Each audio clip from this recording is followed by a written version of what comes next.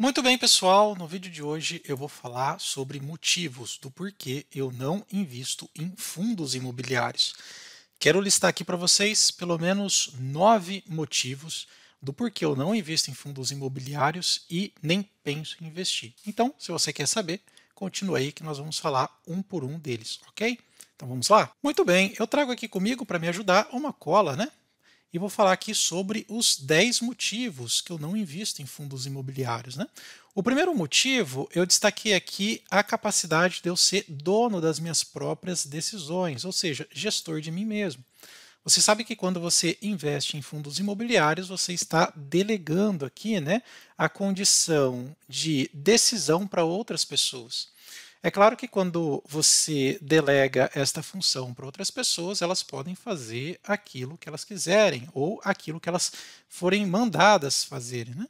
Então, por exemplo, quando eu observo alguns fundos imobiliários, pode ser que, ou propriamente o fundo, ele tenha que cumprir algum tipo de meta na questão de emissão de cotas, na questão administrativa. Também ele pode rebalancear para suprir alguma questão de saída de recurso de dentro desses fundos. E quando a gente fala em fundos imobiliários, você vai estar sempre, né, sobre a tutela de um gestor para tomar as decisões desse fundo, né?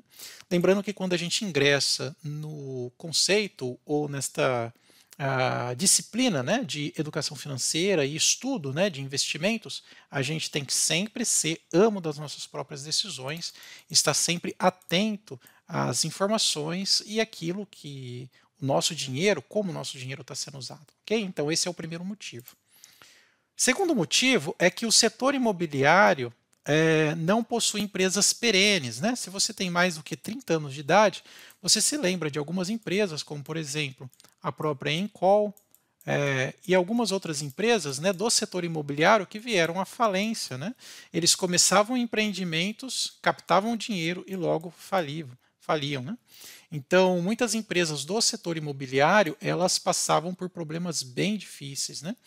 Lembrando que o custo hoje para você poder construir um imóvel, quem passa por reforma, quem passa por construção, sabe muito bem, né? Quais são os entraves, né? E o que acontece quando você está construindo um imóvel, né? O mesmo problema, a mesma dor de cabeça que você tem, né, quando você está construindo o seu imóvel, é o problema que essas grandes administradoras têm. Aí você pode falar, mas tem muitos fundos imobiliários aqui que são, por exemplo, de renda, né, como MXRF11, outras são apenas de galpão logístico, outras são de shoppings, enfim. Bem, pessoal, mas tudo é administração de imóveis. Quando você entende o que é uma administração de imóveis e os custos envolvidos, logo você entende, né, que não é uma situação extremamente perene e simples, ok? Então, esse é o segundo motivo do porquê eu não invisto, né? As empresas não são perenes. Terceiro motivo, né?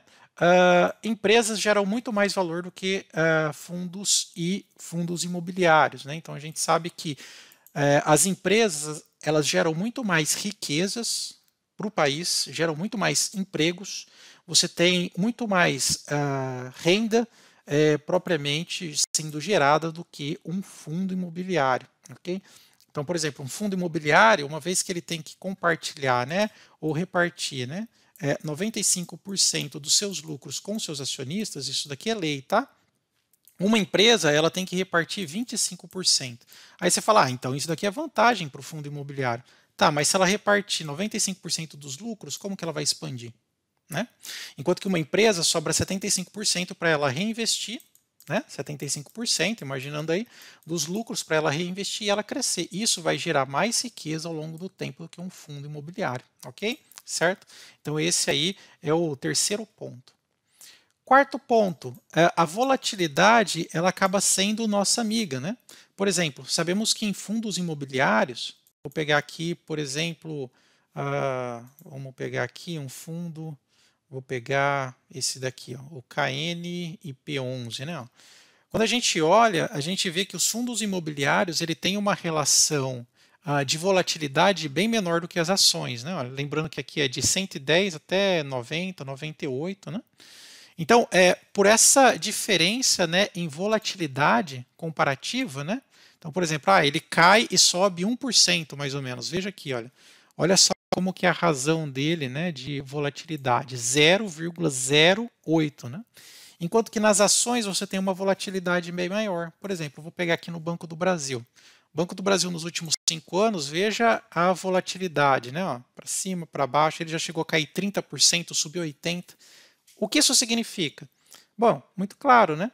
Significa que nas ações você tem aqui a volatilidade como sua amiga.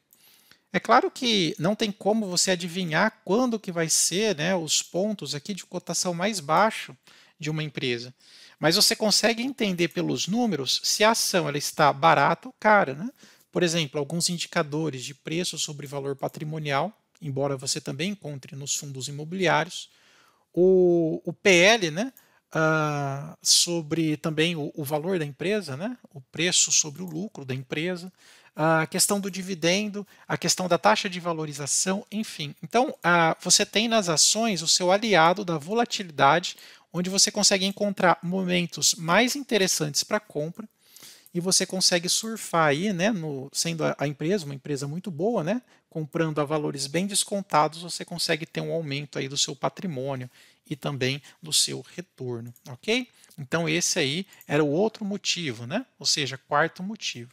O nosso quinto motivo, né, olha, é acúmulo patrimonial. Então, se você está na fase de investidor, onde você precisa ou tem a necessidade, tem como foco fazer um aumento patrimonial, os fundos imobiliários eles não vão suprir essa sua necessidade.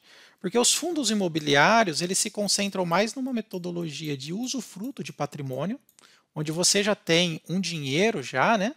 E você quer usufruir sem ter o risco da volatilidade e ter uma renda mensal, ok? Mas quando você está querendo construir o seu patrimônio, as ações elas são incomparáveis. Eu não estou dizendo aqui, né, que os fundos imobiliários são ruins. Eu estou dizendo que as ações, comparado aos fundos imobiliários, representam uma oportunidade de multiplicação e aumento do patrimônio bem maior, ok? Por exemplo, posso exemplificar? Não sou eu, né, Bruno Chimarelli, quem está falando. São os dados, os números. Olha só, eu vou pegar aqui só efeito comparativo. Vou pegar o fundo imobiliário, talvez um dos mais conhecidos hoje, né? Que a gente tem. Vamos pegar aqui o MXRF11, ok? Contra uma das ações mais populares, a do Banco do Brasil, ok? Banco do Brasil paga dividendo e MXRF11 também paga ali a remuneração das cotas, ok? Certo? Então, os dois aqui num período igual, né, da série histórica, ou seja, comparado no mesmo período de 5 anos, incluindo os dividendos, com o seu reinvestimento, veja só o que acontece. É aqui que basicamente é a cereja do bolo comparativo. Enquanto que o Banco do Brasil vai te render 170% de rentabilidade, o fundo MXRF11 deu 55%. Então a gente aqui tem um abismo colossal de quase 100% de diferença de um para o outro. Então o que você me diz disso? Né? Dá quase 100% de diferença no período de 5 anos. E veja como que a tese da volatilidade é verdadeira, né? Olha, se você observar, olha, veja que o Banco do Brasil subiu, caiu, chegou a bater no MXRF11, subiu de novo, caiu, subiu, subiu, caiu. Só que depois, olha, ele começa a descolar.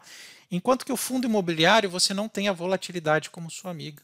Ela basicamente vai fazer a manutenção do seu patrimônio do que necessariamente a multiplicação do seu patrimônio, ok? Certo? Você concorda aqui com esse dado? Ok? Certo? Então é isso que eu quero passar para vocês. Né? Mas ainda não acabou, ainda tem mais. Né? Sexto motivo, os FIIs, ele tem a questão de que para crescer ele precisa diluir a participação dos seus acionistas ou dos seus cotistas. Por exemplo, a gente sabe que hoje para uma ação, para uma ação poder crescer, ou uma empresa, né, que está cotada na bolsa poder crescer, ela pode pegar dinheiro emprestado, né, tanto dos seus financiamentos, capital exterior, né, debêntures, enfim. Um fundo imobiliário não. Ou ele faz o hedge das suas próprias cotas, né, um seguro das suas próprias cotas, ou ele tem que fazer o quê? Emitir mais cotas. Então, por exemplo, se eu pegar aqui o fundo imobiliário que a gente estava vendo, né, o KNIP11, né, quando você olha aqui, né, no número de cotas, Vamos ver se a gente tem aqui, ó, o número de cotistas, ó. Eu vou pegar aqui e vou colocar anual, ó. Tá vendo o número de cotas, ó, número de cotas emitidas. Tá vendo? Veja que em 2020 nós tínhamos 40 milhões de cotas emitidas. Depois, em 2021, quase dobrou, 71 milhões, depois 80 e agora mantém com 80 entre 22 e 23. Ou seja, o que isso faz? Significa que a pessoa que tinha uma cota em 2020 foi diluída pela metade, em 50%, porque você teve emissões de mais cotas. É como se você, né, tivesse direito a uma herança, né? Então, aqui, ó, você tem uma parte do bolo e você tem direito a uma herança de 30%. Aí começa a ter mais herdeiros para esta herança. Então, vai pegar aqui, tem mais 2 herdeiros. Agora aqui, você só vai ter mais 10% sobre o valor total. Então, quando começa a colocar mais herdeiros, mais cotistas para repartir os lucros, começa a diluir a sua participação.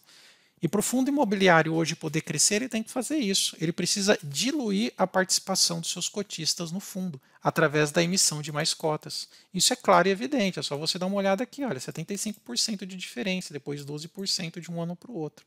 Ok? Certo? Então esse é o outro motivo. Né? Próximo, o sétimo motivo.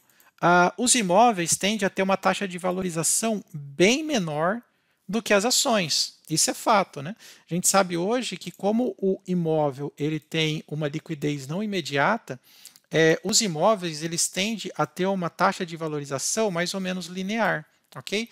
Enquanto que as ações ela tem uma taxa de valorização exponencial, ok? Então essa é a diferença.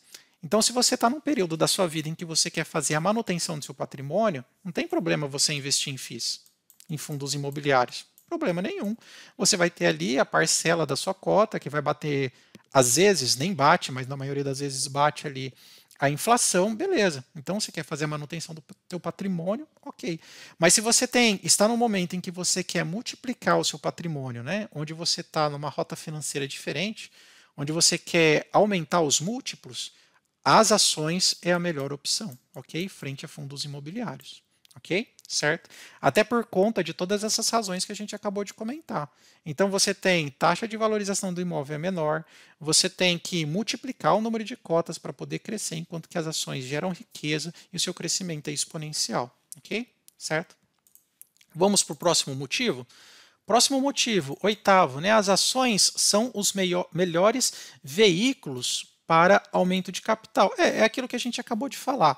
Então, por exemplo, assim, olha, eu tenho uma empresa, né? Esta empresa aqui, para ela poder crescer, ela pode fazer o quê? Ela pode pegar dinheiro emprestado tanto das pessoas físicas, através de emissão de debêntures, né? São como se fossem títulos de empréstimo e paga uma taxa, ou então faz a emissão de novas ações. Isso daqui é de uma certa forma livre para as empresas poderem fazer, ok?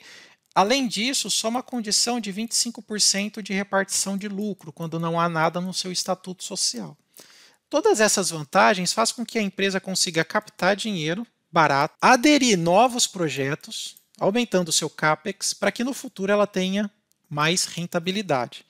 Nos fundos imobiliários é diferente. Nos fundos imobiliários, para a cota poder aumentar, perdão, para o valor poder aumentar, você tem que inserir mais e mais cotistas aqui dentro desse bolo, mais e mais cotistas, para que o fundo tenha a mesma proporção, consiga distribuir lucro para todos eles, só que o crescimento dele, muitas vezes, olha, é quase que planar, ok? Certo? É muito do que a gente disse no último aqui, tá bom? Então, beleza. E por último, o nosso nono é a questão da inadimplência. Pessoal, a gente sabe que a questão da inadimplência ela existe, né? Em muitos fundos imobiliários, se você tem, por exemplo, um revés financeiro, se o IPCA, por exemplo, aumenta, né, que muitos fundos imobiliários acabam sendo afetados por ele, ou sendo afetado pela própria Selic, né? Se você tem uma Selic alta, você tem uma queda, né, na participação dos fundos imobiliários. Como é um fundo, você pode ter a questão ali do resgate. E muitas empresas, né, ou muitos cotistas solicitando resgate do fundo, você pode cair aí num problema grave, que é o problema de inadimplência. Até mesmo você pode ter observado alguns fundos e também fundos imobiliários que sofreu com a questão do resgate. Até mesmo a MXRF11, recentemente ela passou por uma questão aí turbulenta. Você pode observar isso, basta dar um Google aí, você vai saber. Passou muito problema, especialmente sobre como rentabilizar, pagar os seus cotistas, né? E também lidar com a questão dos resgates, ok?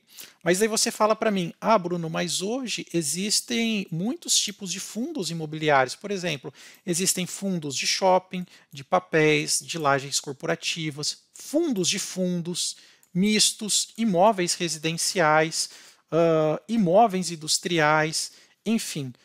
Pessoal, mas todos eles seguem a mesma lógica de participação, ok? Uma vez que todos eles são fundos e são administrados por alguém, e esses fundos podem ter novas emissões de cota e compartilhar esses 95% aqui, olha, da distribuição do lucro, no final das contas, todos eles acabam pertencendo à mesma família e sofrendo o mesmo tipo de problema.